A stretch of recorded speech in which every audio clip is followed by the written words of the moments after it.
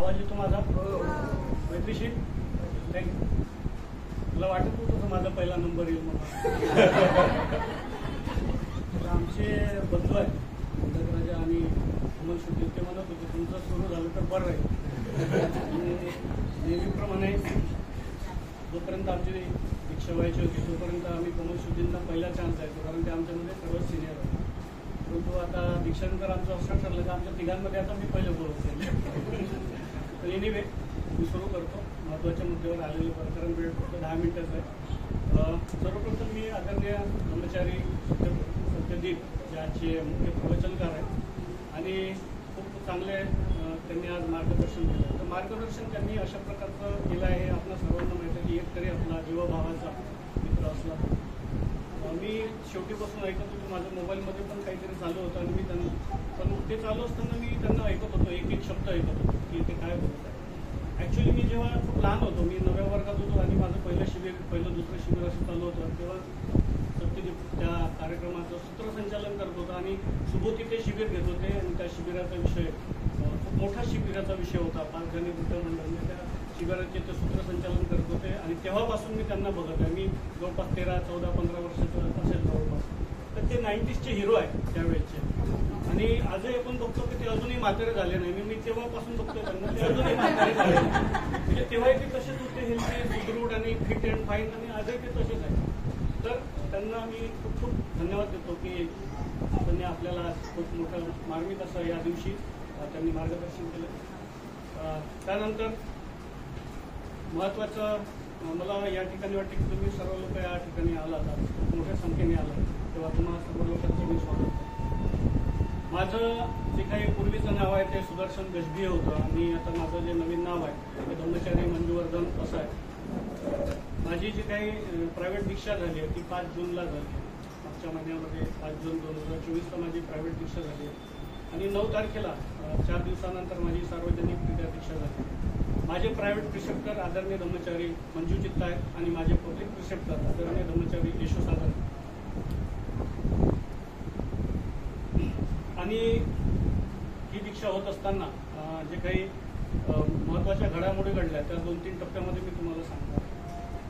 सर्वप्रथम प्रायव्हेट दीक्षेचा एक शॉर्टकट आणि खूप छोटासा अनुभव सांगतो की तो खूप महत्त्वाचा वाटतो मला या ठिकाणी सांगावा असं वाटतं.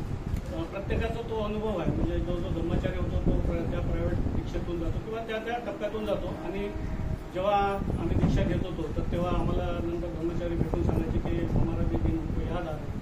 तर ते महत्त्वाचं आहे, याच्यासाठी महत्त्वाचं आहे प्रायव्हेट दीक्षा या मनोगतामध्ये सांगतो की प्रत्येकजण विकसित होऊ इच्छितो आणि त्याला पुढे जावं असं वाटतं आणि आपल्याला सर्वांना प्रेरणेची गरज असते. जेव्हा आपण असे अनुभव, आपले जे काही विशिष्ट अनुभव आपण एकमेकांशी शेअर करतो तेव्हा आपल्यामध्ये प्रेरणा जागृत होते आणि आपण त्या दिशेने वाटचाल करतो. तर जेव्हा माझी प्रायव्हेट दीक्षा होती आणि आम्ही सगळेजण, त्यांची 5 तारखेला प्रायव्हेट दीक्षा होती, ती 8 लोक आम्ही एका लाईनमध्ये बसलेलो होतो आणि सप्तांग पूजा चालू होती. त्या सप्तांग पूजा चालू असताना आम्हाला एकेकाला जायचं होतं आणि आधीच नियोजित केलेलं असतं की कोणाला कोणत्या कुटीमध्ये जायचं आहे आणि कोणाला कुठे जायचं आहे. त्याप्रमाणे ठरल्याप्रमाणे मी माझ्या जागेवरून उठलो आणि ज्या ठिकाणी एका पूजास्थान बनवलेलं होतं आम्हाला त्या ठिकाणी जायला सांगितलं. मी त्या ठिकाणी गेलो. त्या ठिकाणी माझ्या आचार्य, अगदी अंधारे जागा होती आणि त्या ठिकाणी एक सुंदरसं पूजास्थान होतं आणि मोमबत्तीच्या प्रकाशामध्ये मी माझ्या आचार्यांना पाहू शकत होतो. मी त्या ठिकाणी पोहोचलो तर मी खूप भारावून गेलो होतो, कारण मला असं वाटत होतं की मी बुद्धाच्या काळामध्ये पोहोचलो. त्या ठिकाणी व्यवस्था अशी केलेली होती, त्या ठिकाणी असं वाटत होतं की जे काही दीक्षा होऊन खूप वर्ष झालेले ब्रह्मचारी त्यांनी ते पूजास्थान तयार केलेलं होतं. जवळपास त्या ठिकाणची GFR टीम जी होती त्यांनी ते पूजास्थान तयार केलेलं होतं आणि त्यांनी त्या ठिकाणी आपलं जे काही क्रिएटिव्हिटी होती, जे काही खूप कुशलता होती ती त्यांनी तिथे ओतली होती. तर त्यांचं जे काही दिसत होतं की नाही ते त्या दिवसाची आठवण करत आहे आणि त्यांनी उच्चतम देण्याचा आम्हाला त्या दिवशी प्रयत्न केला. तर मी जेव्हा माझ्या आचार्यांना बघितलं, मी त्यांना वंदन केलं आणि मी तिथे, त्यांनी मला एक उशी ठेवली होती, तिथे बैठी आहे हिंदीमध्ये त्यांनी मला बोलले. म्हणजे जितकं काही माझ्यासोबत त्यांनी हिंदीत बोलत नाही, परंतु त्या दिवशी ते माझ्यासोबत हिंदीमध्ये बोलले, बैठी आहे. आणि मंजू चित्त तर आपल्या सर्वांना माहीत आहे, जे काही आपण इथं होतो की किती सॉफ्ट आहे, ती किती मृदू आहे, त्यांचा आवाज किती म्हणजे असा प्रेमळ आवाज आहे. तर त्या दिवशी मंजू चित्तांचा आवाज खूप असा घट्ट आवाज होता, म्हणजे असं म्हणता येईल की एक असा टीचर आपल्या स्टुडंटला जसं सांगतो ना, चला या बसा, तसा आवाज होता त्यांचा. आणि मी थोडं त्यांच्याकडे बघितलं. मी खूप भारावून गेलो होतो की मंजू चित्त तर असे नाही आहे, आज असे का दिसतं. तर मी पाहत होतो की मंजू चित्तांमध्ये एक असं म्हणता येईल की बुद्धा काळात मी पोहोचलो होतो, तर त्या प्रकारचे गुरु मी त्या ठिकाणी पाहतो. आणि हा खूप मोठा अनुभव होता माझ्यासाठी की जेव्हा मंजू चित्तांना मी त्या तशा याच्यात पाहत होतो आणि अनुभवताना मला एक एक क्षण मी विचार केला होता की मी जेव्हा विहारातून जाईल आणि जाताना मी एक एक क्षण जो आहे तो अनुभवायचा होता मला, कारण तो माझ्या जीवनात पुन्हा येणार नव्हता. आणि त्या पद्धतीनं मी त्याला उपभोग घेण्याचा मी प्रयत्न करत होतो की व्यवस्थित जायचं, व्यवस्थित बसायचं, अशा प्रकारे. जेव्हा मी विहारातून सरळ चालू लागलो, तुम्हाला माहिती आहे की डायनिंग हॉल कुठे आहे माझ्यामध्ये ना, त्या डायनिंग हॉलच्या वर आमचं श्राईन होतं आणि मला तिकडे जायचं. आपल्या सर्वांना माहिती आहे की जेव्हा विहारातून निघतो आपण आणि खालच्या दिशेनं जायला लागतो, तर तो उजवीकडे एक वळण आहे, आपण काय म्हणतो इंग्लिशमध्ये वळण, राईट टर्न. तो माझ्या जीवनातला राईट टर्न होता. आणि मी ठरवलं होतं की माझ्या जीवनामध्ये मला खरंच आता राईट टर्न घ्यायचा आहे. आणि मी प्रतिज्ञाबद्धता जी काही स्वीकारली होती त्याला मी पुढे जाणार होतो. आणि जे जे काही माझ्या समोर येणार होतं त्याला मी सहज स्वीकारायचं. आता ओपन मी राहिलो होतो. मी माझ्या मनाला खुलं करून ठेवलं होतं की जे जे काही घडणार आहे, जे जे काही आता समोर होणार आहे ते मला स्वीकारायचं होतं आणि ते मला अगदी अंतःकरणामध्ये सामावून घ्यायचं होतं. अशा प्रकारे मी त्या दीक्षेकडे पाहत होतो, प्रायव्हेट दीक्षेकडे मी पाहत होतो. आणि मी त्या ठिकाणी बसलो. आचार्यांनी मला अर्पण विधीसाठी काही वस्तू दिल्या, मी त्या अर्पण विधी करून पुन्हा बसलो. त्यानंतर जे काही दीक्षेचा भाग आहे, जसं की याचना आहे, त्यानंतर दशशील आहे, त्याच्यानंतर नाव आहे, ह्या सगळ्या बाबी घडल्या. जेव्हा मंजू चित्तनकडे मी पाहत होतो तर खरोखर मी एक असा अनुभव घेत होतो की ही जी काही सर्व पार्श्वभूमी आहे ती एका बुद्धभूमीची पार्श्वभूमी किंवा बोधिसत्वांच्या भूमीची ही अनुभव मी त्या ठिकाणी घेत होतो. खऱ्या अर्थाने ही जे काही वातावरण या ठिकाणी निर्माण झालं इथे खरोखर बोधिसत्वांचा वास आहे, मला अशी जाणीव होत होती. मी ते व्हायब्रेशन फील करत होतो स्वतःमध्ये. इतकी मोठी गोष्ट माझ्यासोबत घडत होती आणि मी सहज त्याला स्वीकार करत होतो. जेव्हा माझ्या आचार्यांनी मला त्याचं त्यांनी नाव दिलं, आज से तुम्हारा नाम ब्रह्मचारी मंजू चित्त आहे, तर सॉरी मंजू वर्धन आहे. तर मला वाटत होतं की काय करावं आता, म्हणजे त्यांचं नाव मंजू चित्त आहे आणि माझं नाव मंजू वर्धन आहे. तर मला असं वाटत होतं की त्यांनी त्यांचं हृदय काढलं आणि मला दिलं. मला अशी फील येत होती की ही बहुत बडी बात आहे. मला असं वाटू लागलं की का असं होत असेल माझ्यासोबत. आणि मी एक एक जेव्हा मी अनुभवत होतो तर माझ्या अंगावर शहारे उभे राहते. जेव्हा मी नाव ऐकलं तर माझे डोळे भरून आले होते. मला असं वाटत होतं की त्यांना आलिंगन घ्यावं आणि रडावं, पण मी ते करू शकत नव्हतो कारण मी जागृत सुद्धा होतो त्या ठिकाणी. आणि मला खूप आनंद होत होता की त्यांनी त्यांच्या नावातला मंजू मला दिला आणि त्या नावाप्रमाणे मला पुढे जगायचं होतं, त्याचं संवर्धन करायचं होतं. आणि जे काय त्यांनी नाव मला दिलंय मंजू वर्धन, त्या नावाचा अर्थ असा होतो की त्यांनी जे लिहून दिलंय ना मला त्याच भाषेत सांगतो, म्हणजे त्याचं थोडंसं गांभीर्य पण राहील.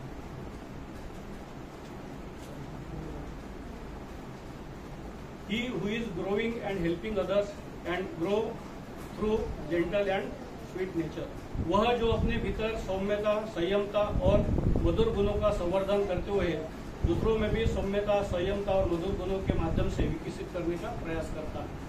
म्हणजे अशा प्रकारचा त्यांनी मला अर्थ सांगितला आणि मी हाच अर्थ वाचूनच मी जिथे जिथे जात आहे तिथे तिथे सांगत आहे. कारण मला त्याच्यात माझं काहीच टाकायचं नाही, कारण ते त्यांनी मला दिलं आणि मला तसेच ते समोर नाही. त्याच्यामुळे मला त्याच्यात काही घालमेल करायची नाही, एका शब्दाची सुद्धा मला त्याच्यामध्ये गडबड करायची नाही.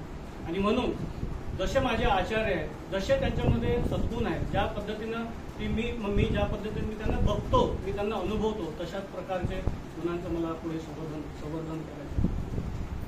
पुढच्या टप्प्यामध्ये मला सांगावं असं वाटते, पुढील भाग ज्या दिवशी माझी प्रायव्हेट दीक्षा झाली आणि माझ्या मागे लगेच नंदकराजांची दीक्षा होती. आणि जेव्हा आम्ही परत दीक्षा होऊन प्रायव्हेट दीक्षेहून एकत्र आलो तर आम्ही एकमेकांकडे पाहतो, म्हणजे काय होत होतं माहीत नाही, पण ती एक वेगळीच पद्धतीचं वातावरण निर्माण झालं होतं. ते माझ्याकडे बघायचे, मी त्यांच्याकडे बघायचो. आणि जेव्हा सगळ्यांची 8 लोकांची दीक्षा झाली आणि आम्हाला तुम्ही जाऊ शकता किंवा थांबू शकता असं सूचना दिली, तुम्ही थांबू पण शकता किंवा जाऊ पण शकता, पण आम्ही गेलो नाही. आम्ही तिथे थांबलो, बुद्धांकडे गेलो, तिथे आम्ही फुलं अर्पण केली.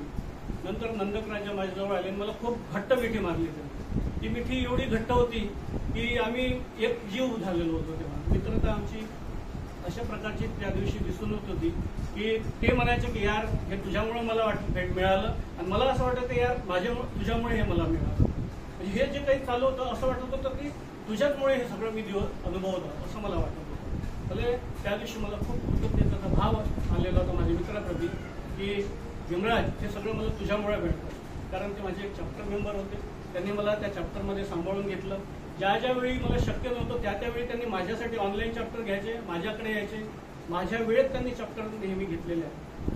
तर माझ्या चॅप्टरप्रती मी सर्वप्रथम या ठिकाणी कृतज्ञता व्यक्त करतो. त्यामध्ये कमल शुद्धे आहेत, नंदक राजा आहेत, धम्मसागर आहे, या सगळ्यांनी मला खूप व्यवस्थित सांभाळून घेतलं आणि चॅप्टरमध्ये माझ्या पद्धतीनं पुढे जाण्यासाठी, एक पोल पुढे येण्यासाठी त्यांनी मला मदत केली. त्यानंतर मी जो काही माझा दुसरा कृतज्ञतेचा भाव आहे माझ्या आचार्य यांच्याप्रती मी व्यक्त करतो की त्यांनी या जे काही प्रोसेस आहे, या 2-3 वर्षामध्ये जे काही माझ्या बाबतीत प्रोसेस चालू होती त्या प्रोसेसमध्ये त्यांनी मला अतिशय उत्तम प्रकारे मार्गदर्शन केलं. प्रत्येक वेळी जेव्हा मला अडचण वाटायची आणि मला असं वाटत नाही यार कहीं तो भी बात करना चाहिए, अंदर से बहुत उथल है मची हुई, बीबी के पास भी नहीं बता सकता. तर मी तेव्हा त्यांच्याकडे जायचो, फोन करायचो की या आपण भेटू. मग आम्ही कुठेही बसायचो, मग कधी चहाच्या टपरीवर बसलोय, कधी हॉटेलमध्ये बसलोय, कधी घराच्या बाहेर बसलोय. जेव्हा आम्ही चर्चा व्हायची तर आमच्या फक्त धम्मचर्चा व्हायची. आमचं हे नाही झालं तर ठीक आहे, बायकोचा आता त्रास होतोय का, किंवा घरी गोंधळ झालाय का, मुलांचं काय करायचं, कसं नाही करायचं, ते मला टिप्स नाही दिले त्यांनी. परिवार कसा सांभाळायचा आहे त्यांचा जरी मोठा अनुभव, मला त्यांनी कधी टिप्स नाही दिल्या की असं सांभाळायचं, असं करायचं नाही. त्यांनी मला हे सांगायचं की तुला कसं डेव्हलप करायचं, तुझ्या आतमध्ये काय त्याला कसं सांभाळायचं, तुला स्वतः ग्रो कसं व्हायचं आहे, त्यांनी मला हे सांगितलं. तर सर्वप्रथम त्यानंतर मी त्यांचं इथे खूप म्हणजे आतून एकदम माझ्या हृदयातून त्यांचं मी पुण्यानुमोदन करतो, त्यांचे मी आभार मानतो. त्यानंतर माझे कल्याण मित्र आदरणीय ब्रह्मचारी जिनरत्न, मला विचार येत होता की जिनरत्नबद्दल मी डायरीमध्ये एवढ्या दिवसापासून काहीच लिहिलं नव्हतं, कारण ते लिहिण्यासारखे नाहीच आहे, ते बोलण्यासारखे आहे, व्यक्तिमत्व आहे. मग मी आज बसमध्ये येताना हिलाच दाखवलं मी माझं मनोगत माझ्या मिसेसला कि मी ती म्हणजे जिनरत्न तो कुठे आहे, उनको लिखने की जरूरत है, वो इधर ही है पहिले से, लिखने की क्या बात है. तर तरी पण मला असं वाटतं काय सांगावं जिनरत्नबद्दल. त्यांनी तर अख्खं म्हणजे असं म्हणतात की मित्र ते धम्मचर्य हा जो माझा प्रवास आहे हा त्याच्यामुळे घडला असं मला वाटतं. कारण मला असं आठवडा नाही जात किंवा 2-3 दिवसात असा दिवस नाही जात की त्यांचा फोन येत नाही किंवा त्यांचा मेसेज येत नाही. म्हणजे आमचे जे इनबॉक्स आहेत व्हॉट्सअपचे त्यांच्या मेसेजही भरलेले असतात. तर हे का त्यांना खूप वेळ आहे असं नाही, तर ते तुमचा पाठपुरावा करतात. माझ्या मित्राचं काय चाललं, तो कसा आहे, त्याचे दिवस कसे चालू आहेत, तो घरी कसा आहे, त्याच्या परिवारात काय चाललं आहे, त्याचा वर्ग कसा चालला आहे, त्याचं चाललंय की नाही चाललंय, हे सतत पाठपुरावा करण्याचं काम म्हणजे कल्याण मित्र ब्रह्मचारी यांचं त्यांनी केलं. त्यांच्याकडे मी नेहमी बघताना बघतो की ते खूप अभ्यासू व्यक्तिमत्व आहे, फार अभ्यास करतात, चिंतन करतात, व्यवस्थित मुद्दे काढतात आणि व्यवस्थित ते आमच्या छोट्या डोक्यापर्यंत म्हणजे छोट्या बिंदूपर्यंत ते आणण्याचा प्रयत्न करतात. त्यांना माहीत आहे की यांना एवढं समजेल ते तेवढंच देतात. ते सगळ्यांना तपासून घेतात की ह्या मित्राला एवढं जमते त्याला तेवढंच देतात, याला एवढं जमते त्याला तेवढं देतात.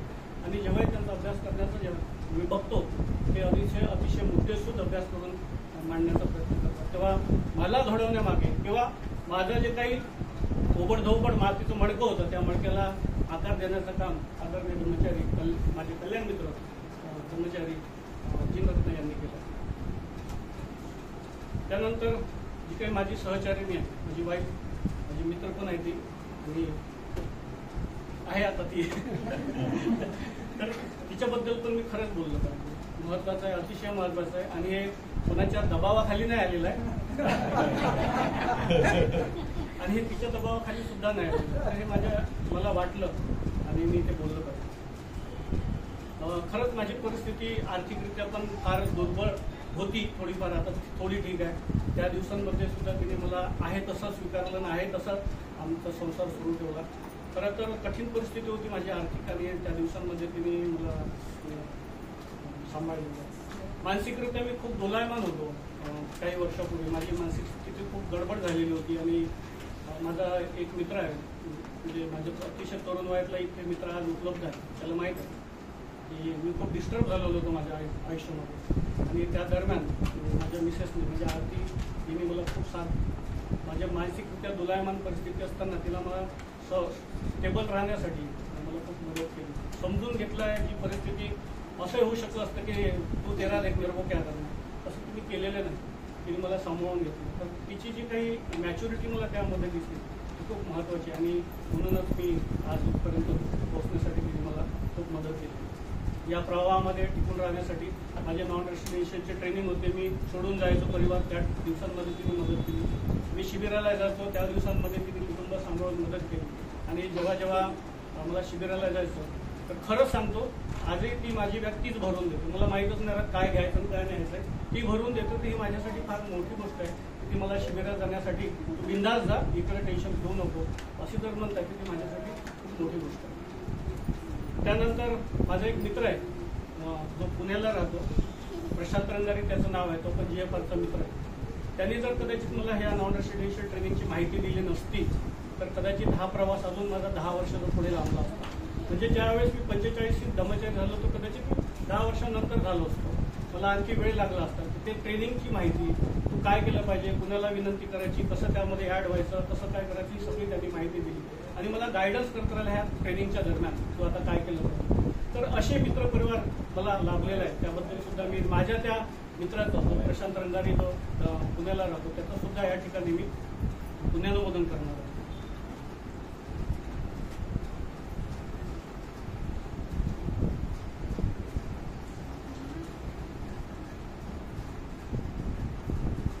मला वाटते मिनिट पण संपलेले आहेत आणि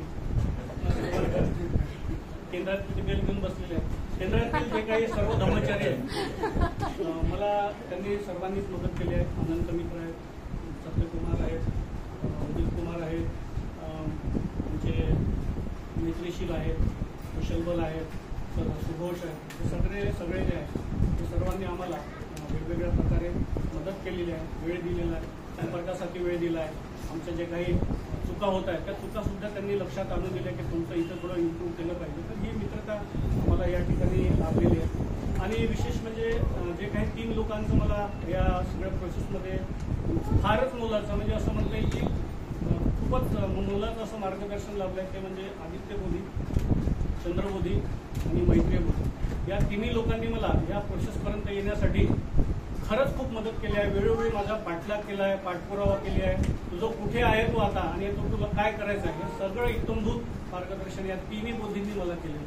तेव्हा मी माझं मनोगत इथेच पूर्ण करतो. आपण सर्वांनी मला ऐकून घेतलं, शांतपणे ऐकून घेतलं, त्यासाठी आपलं सर्वांचं